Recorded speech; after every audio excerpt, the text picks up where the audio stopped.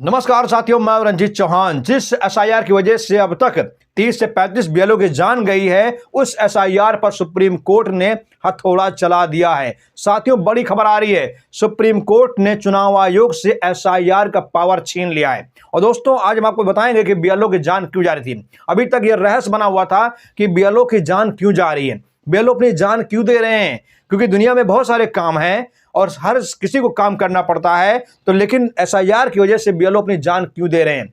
ये भी एक ड्यूटी थी, ये भी एक नौकरी थी, और जायज है कि नौकरी अगर आप कर रहे हैं तो आपको नौकरी करना पड़ेगा। लेकिन आप जान क्यों दे रहे हैं, इसके पीछे कारण समझ में आ गया है हमको, और हम आपको भी दिखाना चाहते हैं कि आखिर क्यों बीएलओ अपनी जान दे रहे थे। क्यों चुनाव आयोग की इस एसआईआर प्रक्रिया के तहत बीएलओ आत्महत्या कर रहे थे, क्यों अपने हाथों से अपना गला काट रहे थे, अपने हाथों से अपनी जीवन लीला खत्म कर रहे थे। क्योंकि एसआईआर के नियमों में बहुत खतरनाक नियमावली है, जिसके तहत अगर बीएलओ काम नहीं करते हैं तो उन्हें वैसे भी दंड दिया जाएगा, उन्हें वैसे भी जेलों में ठूंस दिया जाएगा, उनका कैरियर तबाह कर दिया जाएगा, बर्बाद कर दिया जाएगा। चलिए साथियों, हम आपको पहले एसआईआर का नियम दिखाएं। एसआईआर में जो प्रावधान है, जो बीएलओ के ऊपर कानून बनाए गए हैं, उस कानून को दिखाएं। उससे पहले आपको दिखाते हैं कि सुप्रीम कोर्ट ने किस प्रकार से चुनाव आयोग के हाथ से एसआईआर की प्रक्रिया को छीनने का काम किया है। देखिए, आपको सामने खबर दिख रही है, लिखा है कि आज तक की रिपोर्ट है, सुप्रीम कोर्ट में बिहार एसआईआर के केस की सुनवाई में सीनियर एडवोकेट अभिषेक मनु सिंघवी ने चुनाव आयोग की शक्तियों पर गंभीर सवाल उठाए। उन्होंने कहा कि इलेक्शन कमीशन ऑफ इंडिया को आरपी एक्ट के तहत सीमित रहना चाहिए और नियमों के खिलाफ कदम नहीं उठाना चाहिए। कोर्ट ने भी इस मामले में सवाल किया और कहा कि एसआईआर का पावर चुनाव आयोग को नहीं मिलना चाहिए। अगली सुनवाई में इलेक्शन कमीशन ऑफ इंडिया का जवाब सुना जाएगा। साथियों, साफ साफ सुप्रीम कोर्ट ने कह दिया है कि जो एसआईआर का पावर है वो नहीं मिलना चाहिए चुनाव आयोग को, वो नहीं मिलना चाहिए ज्ञानेश कुमार को। अब ज्ञानेश कुमार अगले सुनवाई में इसका जवाब देंगे कि साहब मुझे पावर क्यों नहीं मिलना चाहिए, क्योंकि ज्ञानेश कुमार के पास पावर है और असीमित पावर है, और ये पावर नरेंद्र मोदी ने दिया है। ये पावर संसद में विपक्षी सांसदों को बाहर करने के बाद दिया गया था। मतलब कि ज्ञानेश कुमार के पास पूरी पावर है, लेकिन सुप्रीम कोर्ट ने पावर छीनने का काम किया है। अब इसका जवाब चुनाव आयोग कैसे देगा, ये अगली सुनवाई में पता चलेगा। लेकिन दोस्तों, आप देखिए, आपके सामने दिख रहा है कि एसआईआर जान जा रही है।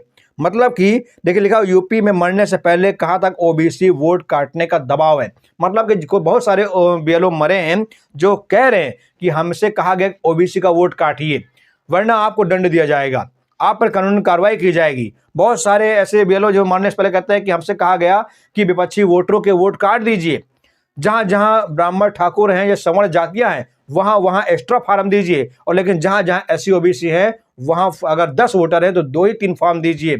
बीएलओ को मजबूरन गलत काम करने के लिए मजबूर किया जा रहा है, और अगर नहीं करते हैं तो उन पर देखिए नियम क्या बनाया गया है, जिसके तहत वो गलत काम करने के लिए राजी भी हो जाते हैं, और अगर नहीं होते हैं तो अपनी जान दे देते हैं।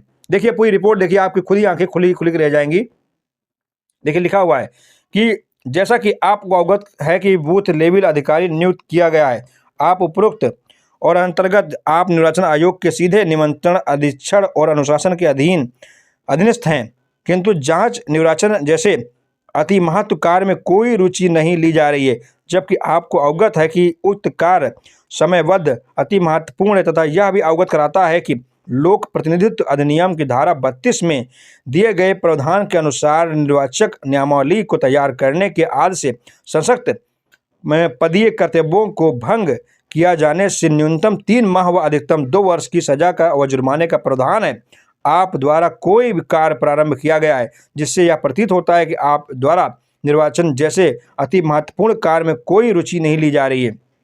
आपके सुपरवाइजर क्षेत्र के सभी बूथ आज दिनांक तक 30% से कम है, जो कि सीधा माननीय निर्वाचन आयोग के आदेश का उल्लंघन है। अतः आपको निर्देशित किया जाता है कि तत्काल आप अपने सभी बूथों को कल 12 बजे तक 30% से अधिक कार्य करना सुनिश्चित करें, अन्यथा बाध्य होकर आपके विरुद्ध लोक प्रतिनिधित्व अधिनियम 1950 की धारा 32 के अंतर्गत विधिक दंडात्मक कार्रवाई की जाएगी, जिससे के लिए आप स्वयं उत्तरदायित्व होंगे। ये कुछ बीएलओ को चिट्ठी लिखी गई है, जो बीएलओ काम नहीं कर पा रहे हैं, जो बीएलओ टारगेट नहीं पूरा कर पा रहे हैं, उनको ये चिट्ठी लिखी गई है, उनके ऊपर ये नोटिस जारी की गई है कि आप पर दंडात्मक कार्रवाई की जाएगी, आपको 2 साल की जेल की सजा सुनाई जाएगी अगर आप काम नहीं करते हैं, अगर आप हमारी बात नहीं मानते हैं। तो इसलिए साथियों, बीएलओ अपनी जान दे रहे हैं। क्योंकि बीएलओ के ऊपर दबाव है, और दबाव ऐसा है, आप अगर सोचिए कि जिस मोहल्ले में बीएलओ रहता है, जिस गांव में रहता है, जिस एरिया में रहता है, अगर वहां किसी का वोट कटता है तो वो बीएलओ तो वैसे भी वहां क्षेत्र का दुश्मन बन जाएगा। उस बीएलओ को वैसे भी क्षेत्र के लोग ढूंढेंगे, और अगर ढूंढ लेंगे तो उसे मारेंगे, पीटेंगे भी। और अगर बीएलओ वोट नहीं काटता है, बीएलओ चुनाव आयोग की बात नहीं मानता है, तो चुनाव आयोग सजा देगा, चुनाव आयोग उस पर कार्रवाई करेगा। तो बीएलओ करे तो क्या करे, चट भी उसकी नहीं, पट भी उसकी नहीं है, मरता क्या नहीं करता, इसलिए वो आखिर में अपनी जान दे देता है दोस्तों। लेकिन सुप्रीम कोर्ट का ये एक्शन काबिल तारीफ है, सुप्रीम कोर्ट ने बहुत अच्छा एक्शन लिया है। आप सुप्रीम कोर्ट के एक्शन से कितने वाकिफ हैं, अपनी राय जरूर दीजिए। जय हिंद, जय भारत।